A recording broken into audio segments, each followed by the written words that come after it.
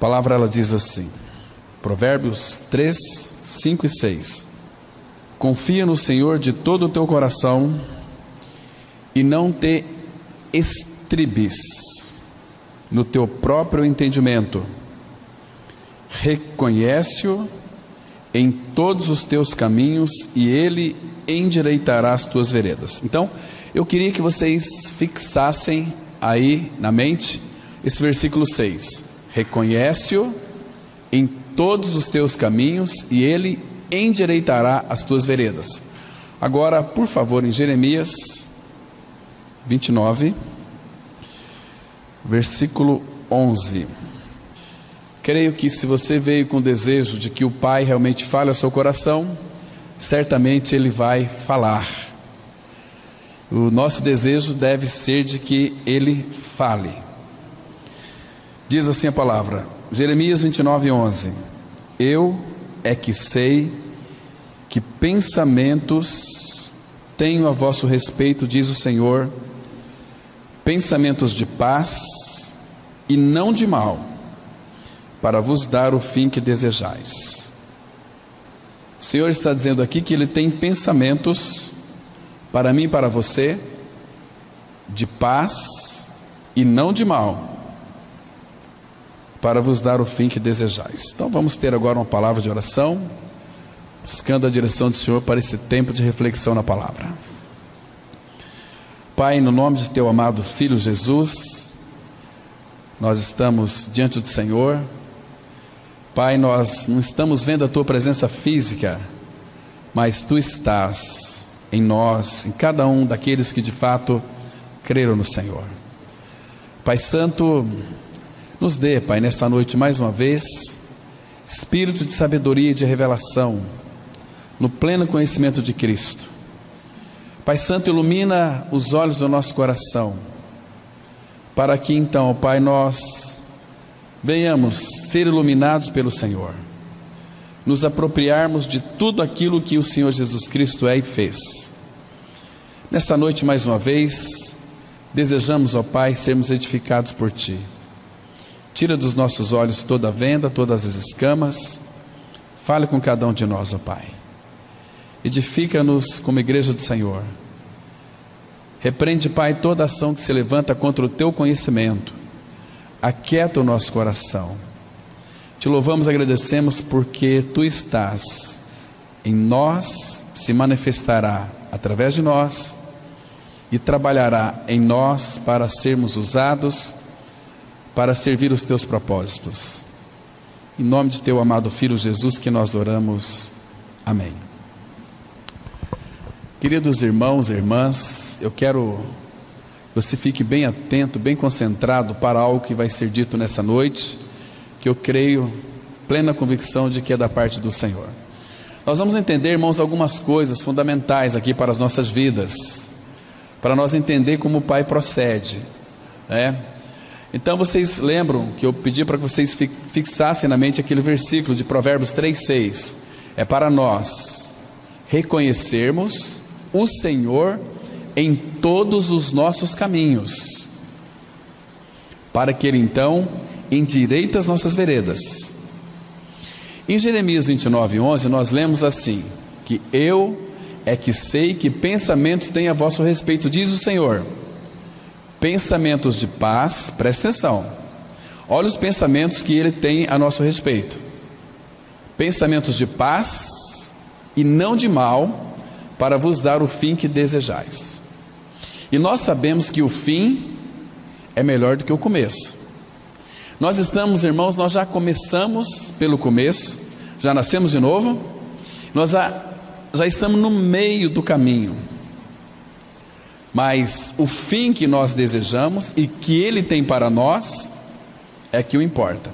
Agora, irmãos, nós vamos aqui, com a ajuda do Senhor, analisar alguns pontos fundamentais naquilo que concerne a nossa vida com o Senhor neste mundo. Vocês sabem que nós somos tirados deste mundo, de uma realidade na qual nós estamos, vamos colocar aqui, pecado. Pecado é uma entidade espiritual fruto de uma desobediência que foi colocada em nós. Pecado, onde gerou a morte, gerou uma série de consequências terríveis. Então, aí nós vamos entender que por causa do pecado, o Senhor Jesus disse que a carne para nada aproveita. O apóstolo Paulo, em Romanos 7,18, ele disse assim: por causa do pecado, e eu sei que em mim, isto é, na minha carne, não habita bem nenhum. Não habita bem nenhum. Irmãos, mas graças ao Senhor que Cristo veio a este mundo com a finalidade de remover este veneno serpentino que estava em nós, essa natureza pecaminosa. Nós fomos libertados da natureza adâmica de pecado. Nós não fomos libertados da natureza terrena. A natureza terrena, diz o apóstolo Paulo em Colossenses: fazei, pois, morrer a vossa natureza terrena, que é prostituição, lascívia, uma série de coisas. Mas o nosso pecado, ele já removeu a natureza de Adão em nós, aquela que foi colocada por Satanás, quando enganou a Eva. Então o pecado foi inoculado em nós. Nós pecamos e morremos espiritualmente para o Senhor. Então Cristo veio remover o pecado, porque Ele é o Cordeiro de Deus que tira o pecado do mundo. Então fez de mim e de você, que cremos nele, libertos em Cristo. Éramos escravos do pecado, mas fomos libertos em Cristo, porque conhecemos a obra que Ele fez. Ele é a verdade plena, essa verdade nos libertou, porque o Filho verdadeiramente nos libertou. Nós somos livres, mas livres verdadeiramente. Não uma liberdade que nós temos apenas na nossa mente, uma catarse psicológica. Não é isso, não é nada disso. Agora, irmãos, nós nascemos de novo. Quando nós temos então a vida de Cristo em nós, hoje falamos pela manhã que aquela árvore da vida, ela veio até nós em forma de semente e foi plantada em nós. Então essa sementinha foi quebrada dentro de nós e ela cresceu, ela está sendo formada. A árvore da vida está sendo formada em nós, porque aquela árvore antiga, a árvore do conhecimento do bem e do mal, ela foi removida de nós, foi crucificada e morta, né? Aqueles galhos secos, né? Então o Senhor Jesus cortou, arrancou pela raiz. Já está posto o machado à raiz das árvores, árvores más, né? Então, com essa natureza de Adão, com essa árvore do bem e do mal, nós até tentávamos produzir coisas boas, mas também existiu o mal dentro de nós. Paulo fala lá em Romanos 7: e eu quero, planejo, desejo fazer o bem, mas o mal que habita em mim não permite. Mas o Senhor Jesus Cristo então veio e tirou a nossa maldade e a nossa bondade também, e crucificou e levou à morte. Então Ele veio morar dentro de nós. Então Cristo é a nossa vida. Então, irmãos, aqui começa a nossa história naquilo que vamos dizer nesta noite, em rápidas palavras, porque depois nós vamos participar então da mesa do Senhor. Quero dizer o seguinte, irmãos, que a partir do seu novo nascimento, nunca se esqueça disso. Nunca se estribe no seu próprio entendimento. Eu sei, eu entendo, eu tenho capacidade. Nós não temos. Como o irmão leu aqui no início, a nossa capacidade, a nossa habilidade, a nossa suficiência vem de Cristo, vem de Deus, vem do próprio Espírito Santo, que é o habilitador, aquele que nos capacita. Então ele diz assim, Provérbios 3:5: confia no Senhor de todo o teu coração e não te estribes, e não se apoie no seu próprio entendimento. E depois ele diz no versículo 6: reconhece-o em todos os teus caminhos, e ele endireitará as tuas veredas. E aí tem o versículo 11 do capítulo 29 de Jeremias: eu é que sei que pensamentos têm a vosso respeito, pensamentos de paz e não de mal, para vos dar o fim que desejais. Muito bem. Então agora vamos avançar um pouquinho aqui. Irmãos, existem neste mundo muitas tragédias, muitas catástrofes, que na grande maioria das mentes pensantes, eles atribuem isto à mãe natureza, né? Então eles dizem o seguinte: então o homem, por ser um desbravador das florestas, O homem está se autodestruindo. Então diz que Deus perdoa, mas a natureza não perdoa. Esta é um conceito totalmente antiquado. Deus criou todas as coisas, Ele preserva todas as coisas e Ele cuida de todas as coisas. E nada acontece neste mundo se não for pela vontade permissiva de Deus. Isso a Bíblia diz. Em muitos textos, Salmo 104 vai mostrar exatamente isso. Como que Deus move reis, como que Deus remove reis, Ele dá vida, Ele mata, Ele faz viver. Então Deus tem um controle de todas as coisas. Do fio de cabelo da tua cabeça, Ele tem o controle. Do pardal que voa, quando o pardal cai, não cai sem a permissão do nosso Pai Celestial. Então Ele tem o controle, o governo de todas as coisas, irmãos. Esse é o nosso bendito e amado Senhor, né? Então nada foge do controle dele. Então essas catástrofes que são atribuídas à mãe natureza, isso não é verdade. É Deus quem determina e permite certas coisas. Então o Filho de Deus deve reconhecer o Senhor em todos os caminhos nossos e os caminhos nos quais Ele também governa. Porque nós não sabemos o caminho do sol, da lua, das estrelas, mas Ele sabe.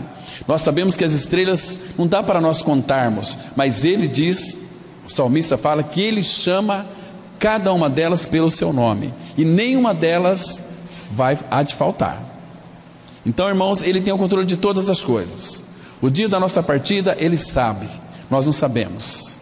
Então Ele governa todas as coisas. Mas, irmãos, eu sei que diante disso existem pessoas que têm o nosso Deus e Pai como um Deus que é muito cruel. Como que Deus, o nosso Pai Celestial, não salvou aquelas pessoas que morreram lá na barragem de Brumadinho? Então eles atribuíram muitos. Eu li algumas coisas, alguns relatos de pessoas dizendo o seguinte: Deus é muito cruel por aqueles incrédulos, ou talvez aqueles que são de fato cristãos, entre aspas, entendeu? Que tem um cristianismo aqui só de cabeça, só de mentalidade, estão achando que Deus foi muito cruel.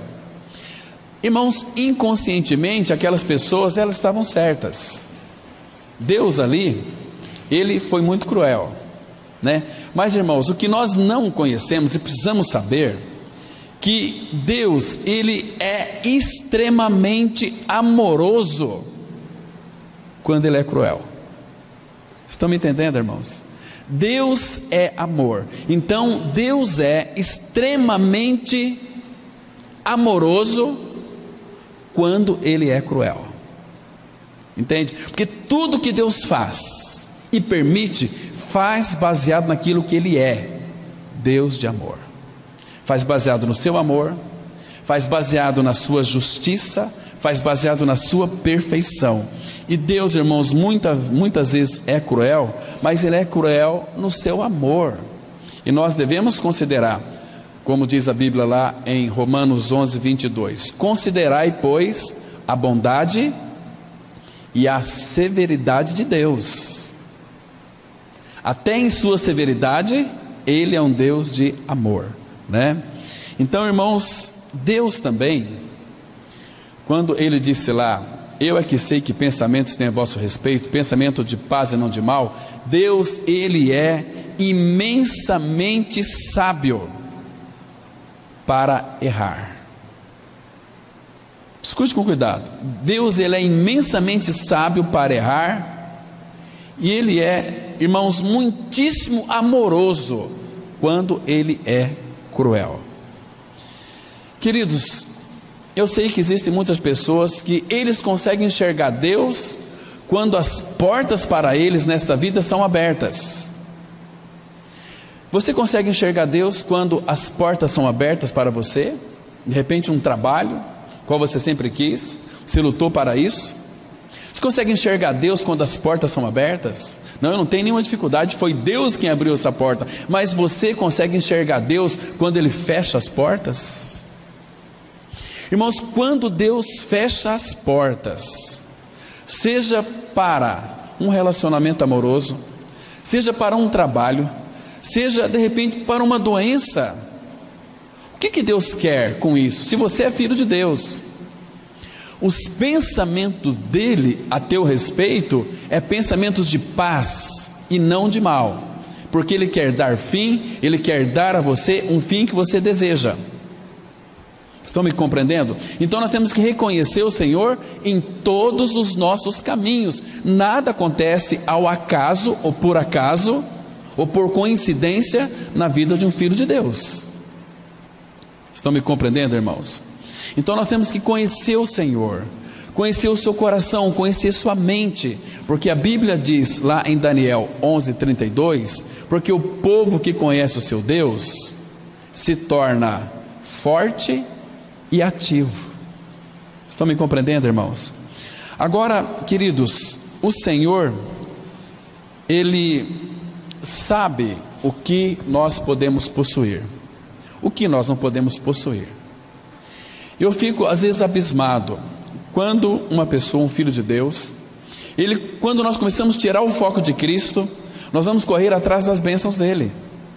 Nós queremos que Deus abençoe isso, abençoe aquilo, abençoe meu filho no colégio, abençoe uma série de coisas. Então, quando nós perdemos o foco de Cristo, nós vamos nos preocupar com as coisas deste mundo. Não estou dizendo aqui que nós temos que ser responsáveis, não, nesta vida, nós temos responsabilidades, nós servimos ao Senhor, servindo ali no nosso trabalho.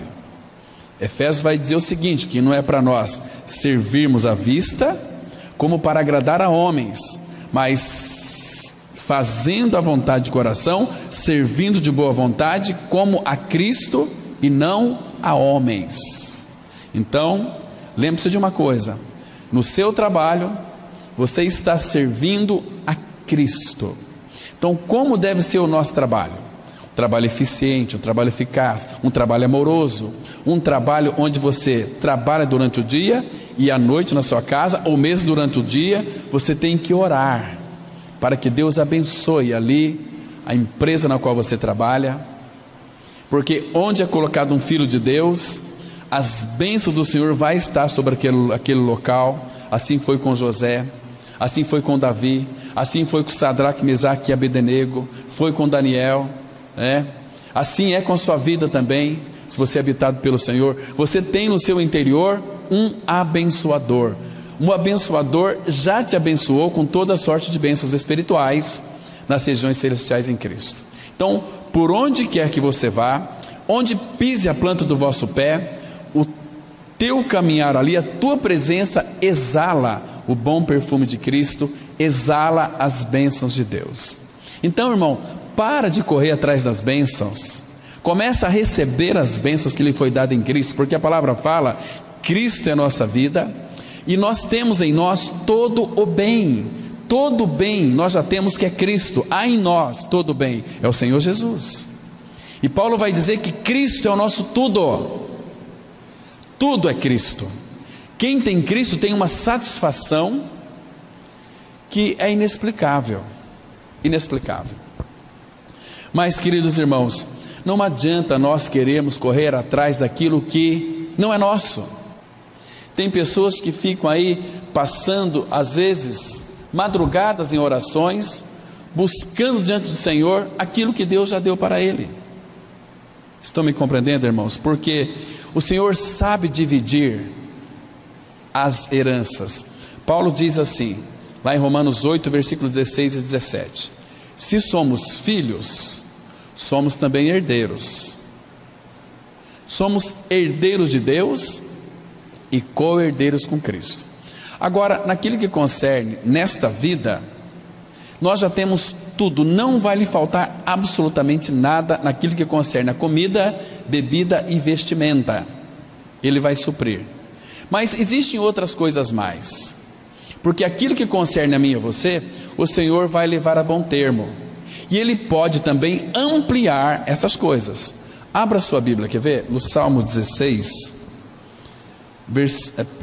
Salmo 16, versículo 6. Olha que versículo lindo que nós temos aqui, um versículo encantador, um versículo maravilhoso. Está escrito, veja o que ele diz aqui no versículo 6, Salmos 16, versículo 6: Aqui, irmãos, vai mostrar nesse versículo que o Senhor, Ele sabe onde e quanto nós podemos possuir. Diz assim a palavra, versículo 6: cai-me as divisas em lugares amenos, é muito linda a minha herança. Cai-me as divisas em lugares amenos. Então, aquilo que Ele determina é o melhor para nós. Então, nós temos que respeitar os limites que Ele põe em nossa vida. Cai-me as divisas. Aqui numa outra versão, diz assim a palavra, Salmos 16, verso 6, numa outra versão, ela diz assim: como são boas as tuas bênçãos que me dás, como são maravilhosas. Então, cai-me as divisas, aquilo que é meu, cai para mim em lugares amenos.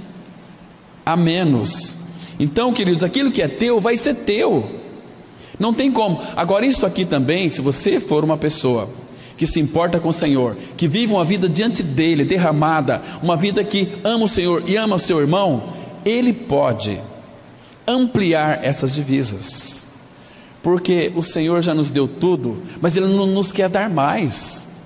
Estou aqui falando de doutrina de prosperidade, porque essa é uma doutrina maldita, entende? Te vê hoje aí quantas famílias sendo surrupiadas por esses ladrões engravatados, de gravatas, e com uma boa postura, com o nome de um líder evangélico. Misericórdia, são ladrões, a palavra fala que são cães, que nada compreendem, uma ganância muito grande, mas são destituídos de vida de Cristo, e não tem nada para passar para as suas ovelhas. Então passa aquelas mensagens bíblicas, contando aquelas histórias de Davi, que temos que vencer um leão por dia, matar um urso por dia, como fez Davi, e não passa disso. São vazios em si mesmos, né? Eu acho que eles deveriam ser palestrantes motivacionais, que certamente eles ganhariam muito dinheiro. Falávamos com os jovens hoje de uma pessoa que uma vez por mês ele dava palestra numa empresa, e há isso, uns 15 anos atrás, e as suas palestras de 1h30, 1h10 é 11 mil reais. E se você tiver uma empresa e quiser chamá-la para dar palestra motivacional na sua empresa, ele cobra 11.500 reais, 12 mil, mas eu acho que para esse ano já deve estar tudo fechado, né? Porque é uma carência, o povo tem que ser motivado, então coloca aquelas injeções de ânimo para que eles então sejam motivados cada vez mais. Então tem os profissionais nessas áreas também, que ganham muito dinheiro, mas, queridos irmãos, nós temos uma pessoa que é habilitadora, capacitadora, que Ele tem pensamentos ao meu e ao seu respeito, pensamentos de paz e não de mal, para dar aquilo que nós de fato almejamos no final. Hoje pela manhã nós falávamos sobre a questão de a nova criatura. Parece assim um pouco contraditório, né? Hoje as pessoas estão fugindo de todo tipo de dor. Nós não gostamos da dor, a dor nos incomoda, a dor ela é terrível, né? Mas, queridos, o nosso Pai Celestial nos ama tanto, que para nos amar, Ele foi afligido com muita dor. Dor na sua alma, dor no seu corpo físico. Se o nosso Senhor Jesus Cristo sofreu muitas dores na alma, falamos hoje pela manhã, quando Jesus então chegou em Jerusalém, ele chorou sobre Jerusalém, dizendo o seguinte: Jerusalém, Jerusalém, que matas os profetas e apedrejas aqueles que te são enviados, quantas vezes eu quis acolher vocês como a galinha acolhe os seus pintainhos debaixo das suas asas, mas vós não quisestes. Sobre a proteção dele. Então Jesus chorou sobre Jerusalém. Esta é a dor da alma, que Jesus os amava e os ama, mas eles têm rejeitado o amor de Deus. Então este é um amor que sofre. E Jesus, irmãos, o que precedeu a cruz também, ali no Getsêmani, ele entrou em pavor, depressão, ele sofreu muito porque ele então iria experimentar um pouquinho de tempo a separação do nosso Pai Celestial. Imagine, irmãos, como nós temos vivido um cristianismo totalmente descompromissado com o nosso Senhor. Quando nós vivemos um cristianismo avivado com o Senhor da glória, nós vamos ter compromisso um com os outros também. Nós somos a igreja dele, ele morreu pela igreja, ele se entregou pela igreja. Será que foi para nós vivermos do jeito que a gente acha melhor que é, irmãos? Não é.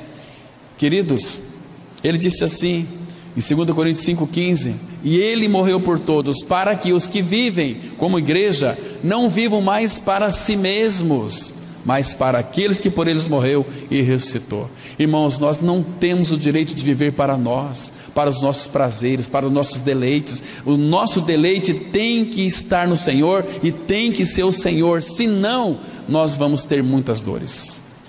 E ali, irmãos, então o Senhor Jesus, antes de ir para a cruz, ele foi surrado, arrancaram os pedaços da barba dele, nosso amado Senhor, foi cuspido, levou tantos socos, apanhou demais e depois foi crucificado naquele madeiro, naquele lenho verde. Como ele sofreu, irmãos, por amor à igreja. Será que nós não temos consciência disso, irmãos? Será que você está perdendo o amor pelo Senhor? E estes últimos dias, a Bíblia diz que seria um tempo marcado de apostasia. O que é apostasia? Nós viramos a costa para a fé, para o Senhor, para a sua palavra. Nós vamos viver uma vida do jeito que a gente acha melhor. Eu trabalho, eu estou cansado, então hoje eu não tenho vontade de me reunir. Eu tenho uma visita para fazer lá na casa da minha cunhada, do meu cunhado, etc. Irmãos, misericórdia, você está sendo profano e impuro. Você está trocando o Senhor pelas outras coisas.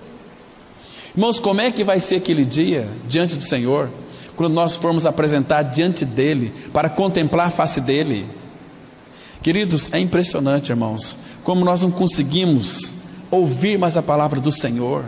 O amor, infelizmente, de muitos tem se esfriado. Lógico que a gente sofre com isso, mas por outro lado, temos que nos alegrar. Por quê, irmãos? Por quê? Porque está chegando a redenção do nosso corpo. Os dias são maus, as pessoas não se importam mais com o Senhor, faz chacotas com o Senhor, né? Misericórdia. Então o Senhor, ele tem que infligir dor, né? Se você de fato creu no Senhor, você de fato vai sofrer, porque o Senhor corrige aquilo a quem ama e açoita todo filho que recebe. Para quê? Para lhe dar o fim que nós desejamos, porque o pensamento dele para nós é de paz e não de mal. Queridos, então quem ama sofre. Se você é filho de Deus, se você é habitado pelo amor do Pai, você também vai sofrer. Sabe por quê? Porque o amor, diz lá 1 Coríntios 13:7, tudo crê, tudo espera, tudo sofre, tudo suporta. Este é o amor de Deus que sofre. Então, até para nós amarmos, amar também dói. É uma realidade. Amar dói. Mas, queridos irmãos, nós vivemos tempos de dor. Então, tudo nesse mundo, irmãos, envolve questão de dor. De alguma maneira, o Senhor vai infligir a nós dor. Você se lembra de uma mulher, quando ela está para dar à luz, quando começam as suas contrações, então ela decide ter um parto normal, mas como ela sofre. O Senhor Jesus está dando um exemplo ali muito claro, usando este parto de uma mulher para mostrar para mim, para você, que neste mundo também nós iremos ter aflição. Mas, irmãos, ele disse que outra vez ele nos veria e o nosso coração se alegraria, e a nossa alegria ninguém poderá tirar. Este é o fim que nós almejamos, que muitos não conhecem. Mas por isso que ele diz: eu é que sei que pensamentos têm a vosso respeito, pensamentos de paz e não de mal. Irmãos, sabe quando você passa por uma grande tribulação, por uma grande aflição, por uma grande dor, reconheça o Senhor, reconheça a mão de Deus por detrás desse sofrimento. Para quê? Que Ele então permite isto? Porque Ele sabe que pensamento tem a nosso respeito, pensamento de paz e não de mal, para nos dar o fim que nós desejamos. Irmãos, se você ler, por exemplo, a vida do apóstolo Paulo, irmãos, como ele sofreu, mas como ele amadureceu. Eu tenho certeza, como disse o nosso irmão Atmani, que ele estava preso, ele morreu numa prisão, ficou 20 anos preso, e ele disse, fizeram a pergunta para ele, dizendo o seguinte: Atmani, você poderia ser um advogado muito bem sucedido, você formou em direito. Ele disse assim: olha, meu amigo, eu passaria tudo o que passei, não pela igreja, não pelos irmãos, mas pelo Senhor Jesus, por Cristo, eu passaria tudo, e ainda é muito pouco, porque Ele fez o tudo por mim. Irmãos, este mundo, as pessoas não percebem como Deus está chamando a atenção delas, e Deus tem usado a dor. Abra sua Bíblia, por favor, em Eclesiastes, capítulo 2, versículo 23. A palavra do Senhor, ela diz assim, olha que interessante aqui, irmãos. Diz assim a palavra, Eclesiastes 2, versículo 23. Porque todos os seus dias são dores. Está vendo aqui?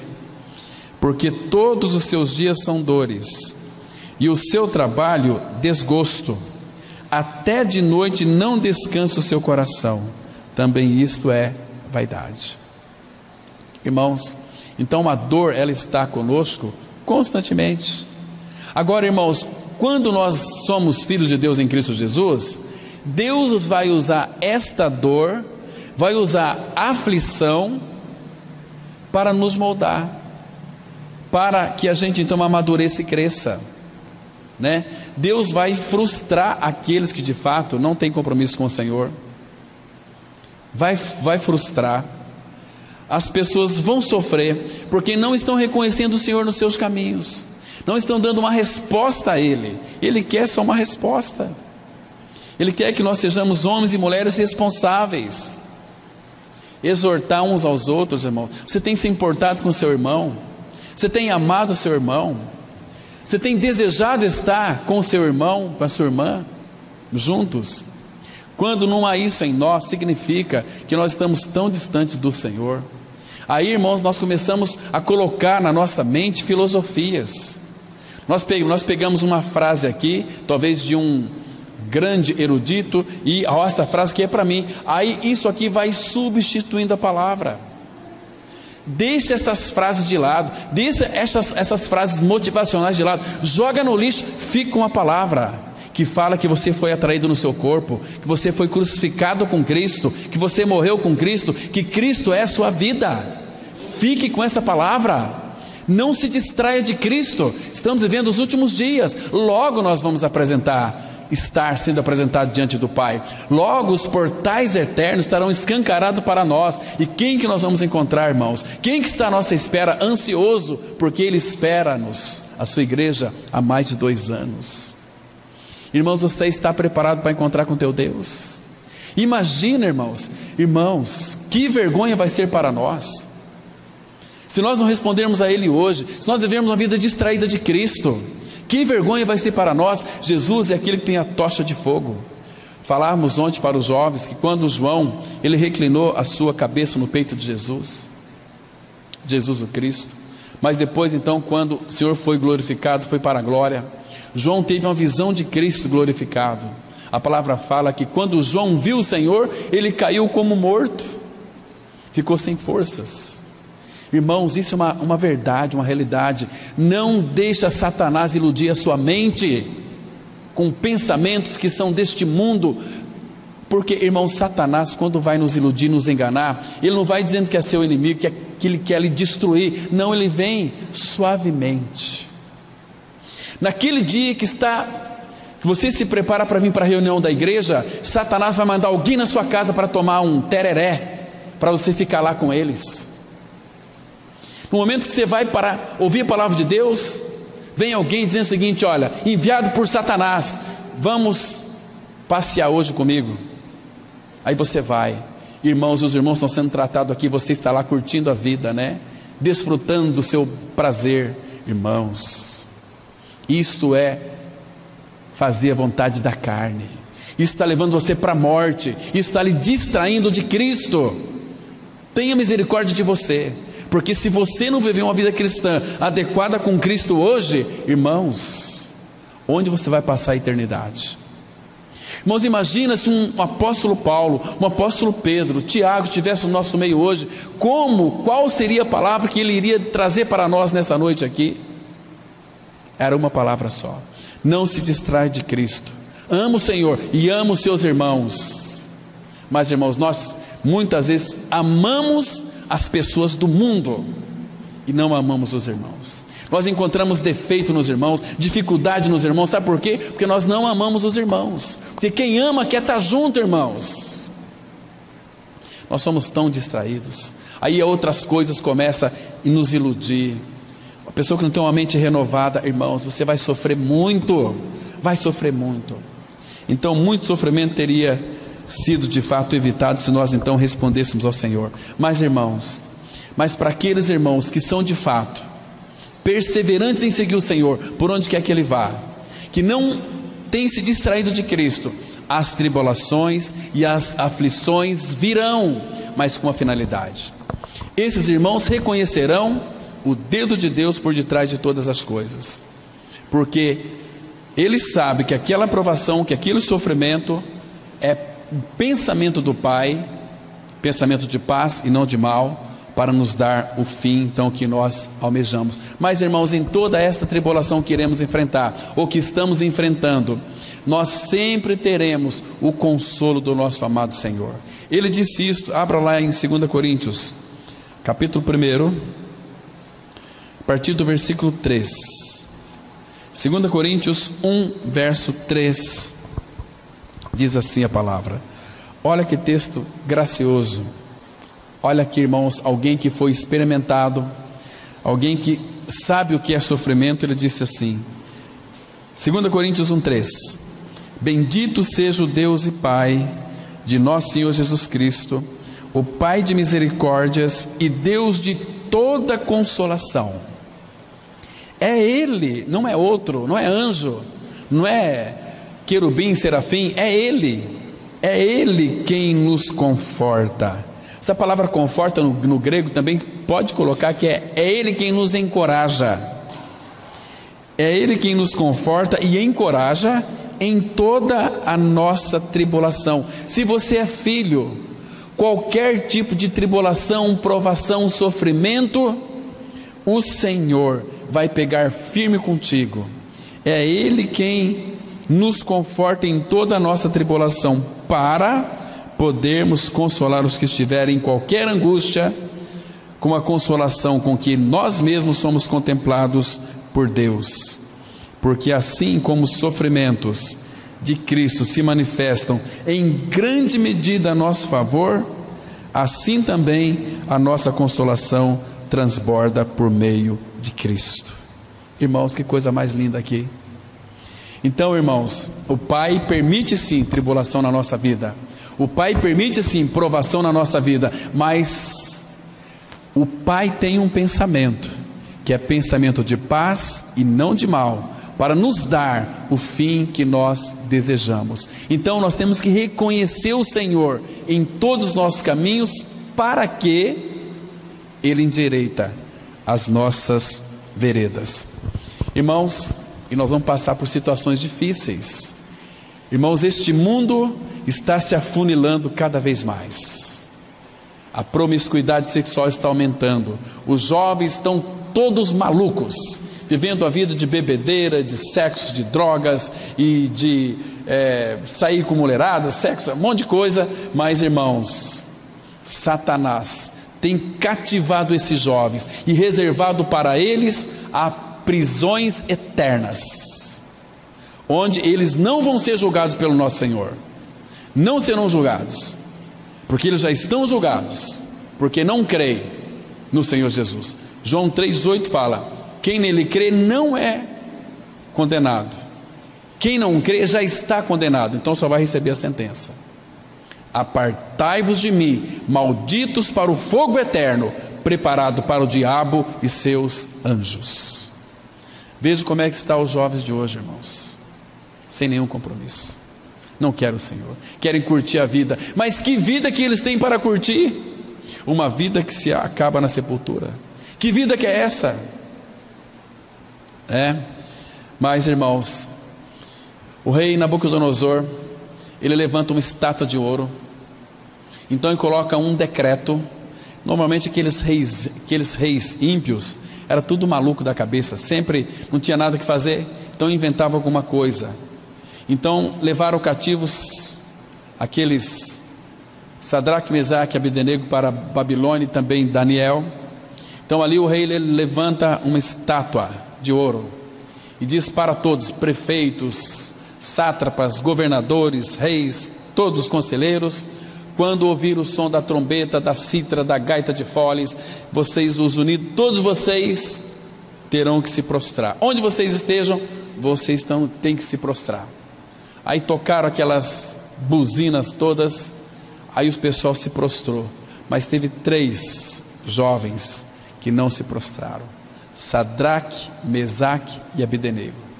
E aí tinha um pessoal que olhou para eles assim: nós prostramos, ele não. Foram correr para o rei: rei, tem 3 jovens judeus aí que não obedeceram aos teus decretos, eles não se prostraram diante da estátua de ouro, e o teu decreto é a lei dos medos e dos persas, não pode ser revogada.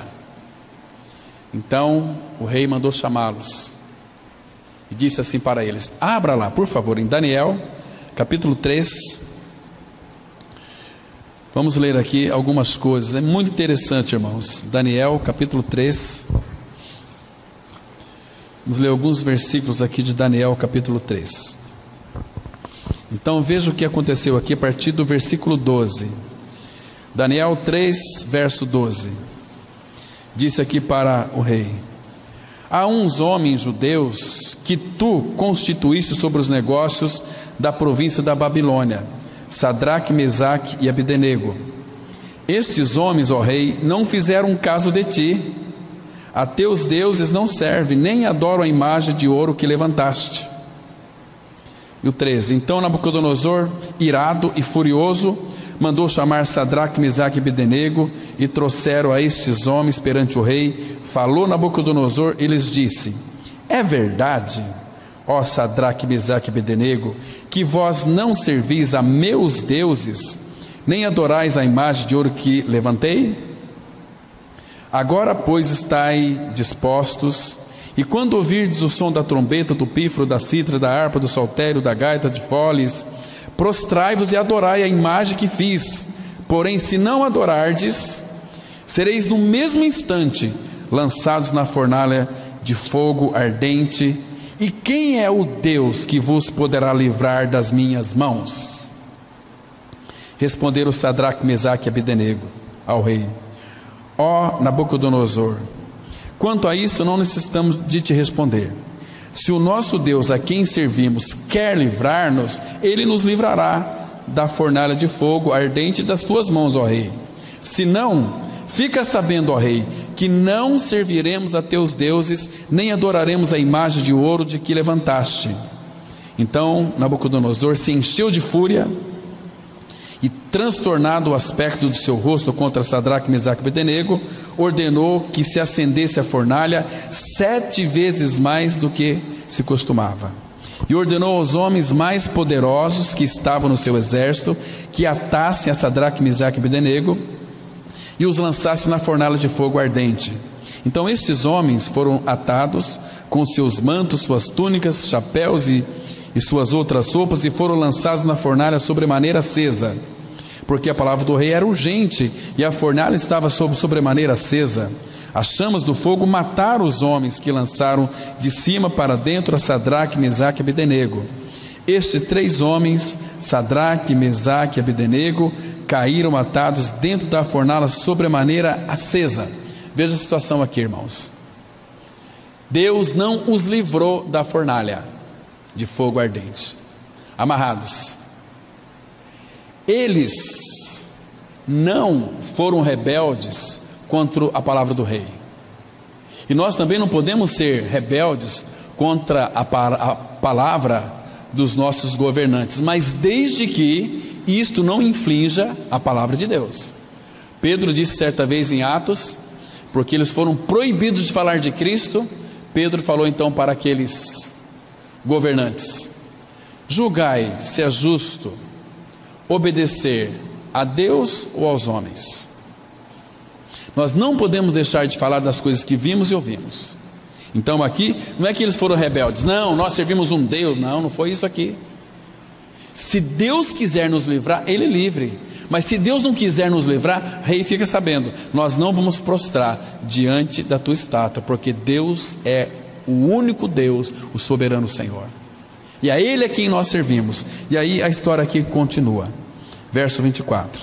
Então o rei Nabucodonosor se espantou e se levantou depressa e disse aos seus conselheiros: não lançamos nós 3 homens atados dentro do fogo? Responderam ao rei: é verdade, ó rei. Tornou ele e disse: eu porém vejo 4 homens soltos que andam passeando dentro do fogo sem nenhum dano, e o aspecto do quarto é semelhante a um filho dos deuses. Então se chegou Nabucodonosor à porta da fornalha, sobremaneira acesa, falou e disse: Sadraque, Mesaque e Abdenego, servos do Deus Altíssimo, sai e vinde. Então Sadraque, Mesaque e Abdenego saíram do meio do fogo. Agora olha o versículo 27, irmãos. Ajuntaram-se os sátrapas, os prefeitos, os governadores e conselheiros do rei, e viram que o fogo não teve poder algum sobre os corpos destes homens, nem foram chamuscados os cabelos da sua cabeça, nem os seus mantos se mudaram, nem cheiro de fogo passaram sobre eles. Imagina aqui, queridos, para pensar, irmãos, um pouquinho. E a palavra vai dizer lá em Isaías 43, versículo 2, diz assim: quando passares pelas águas, eu serei contigo. Quando pelos rios, eles não te submergirão. Quando pelo fogo, não te queimará. O apóstolo Pedro, ele disse assim lá em 1 Pedro 4,12: irmãos, não estranheis o fogo ardente que surge no meio de vós, destinado a provar-vos, como se alguma coisa extraordinária vos estivesse acontecendo. Pelo contrário, alegrai-vos na medida em que sois co-participantes dos sofrimentos de Cristo. Está vendo aqui, irmãos? Nós, quando passamos pelo sofrimento, por qualquer aflição, por qualquer angústia, irmãos, reconhece que por detrás desse sofrimento tem a mão do Senhor. Sabe por quê? Porque Ele é que sabe que pensamentos tem a nosso respeito, pensamentos de paz e não de mal, para nos dar o fim que nós desejamos. Irmãos, quando você creu em Cristo, foi não apenas para ser salvo pela graça, você nasceu de novo, mas agora você tem a graça, Filipenses 1:29, para sofrer pelo Senhor também. Se nós sofremos e vivemos neste mundo, é pela graça de Deus, mas todo sofrimento que vem até nós é com uma finalidade para nos moldar, nos abençoar, porque Deus é que sabe que pensamentos que tem a nosso respeito, pensamentos de paz e não de mal, para nos dar o fim que nós de fato desejamos.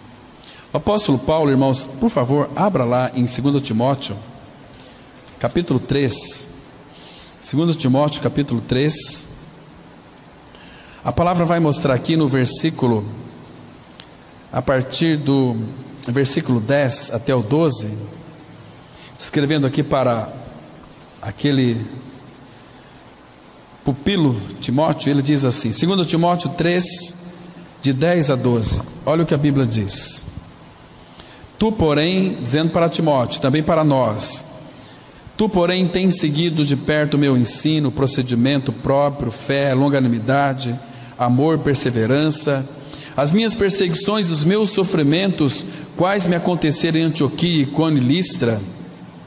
Que variadas perseguições tenho suportado, de todas, entretanto, me livrou o Senhor. Agora, olha o 12: Ora, todos quantos querem viver piedosamente em Cristo Jesus serão perseguidos. A não ser que você seja um evangélico aí sem nenhum compromisso, a não ser que você seja um crentão de meia sola, mas se você é um filho de Deus em Cristo, se você passou pela cruz, você vai ser perseguido. A vida de Cristo em nós vai gerar perseguição. Jesus disse: se perseguiram a mim, vai perseguir vocês também, né? Então, queridos, graças a Deus que neste mundo, como diz o apóstolo Paulo em 1 Tessalonicenses 3,3, que ninguém se inquiete com essas tribulações, porque vós mesmos sabeis que para isto fomos designados. Vida cristã não é um mar de rosas. E quando vem algum sofrimento, né, a gente vê essas crentaiadas tudo maluco da cabeça, dizendo o seguinte: eu repreendo esse sofrimento em nome de Jesus. Oh meu Deus, que tão espiritual. Mas se esquecem que aquele sofrimento é para abençoá-los, é para tratar de alguma anormalidade espiritual, mas eles repreendem, não querem. Então, irmãos, graças ao Senhor que temos tantos textos da palavra de Deus que vai mostrar com muita clareza para nós que é por muitas tribulações que nos importa entrar no reino de Deus. Atos 14, verso 22. Mas, irmãos, para nós chegarmos naquele local espaçoso, temos que passar por muitas tribulações, onde o Senhor vai permitir que nós venhamos cair em armadilha. O Senhor vai permitir que os homens pisem em nossas cabeças, que passem em cima de nós, mas só lá no final Ele vai nos levar para um lugar espaçoso. Então o caminho nosso a ser transitado é um caminho muito apertado, um caminho muito estreito, um caminho cheio de espinhos. Mas, irmãos, lá na frente Ele tem algo muito especial para nós. Deixa eu ler para vocês esse último versículo aqui e nós vamos encerrar. Abra sua Bíblia no Salmo 66, versículo 10 a 12. Um versículo desconhecido nosso, mas vale a pena nós darmos uma olhadinha para ele.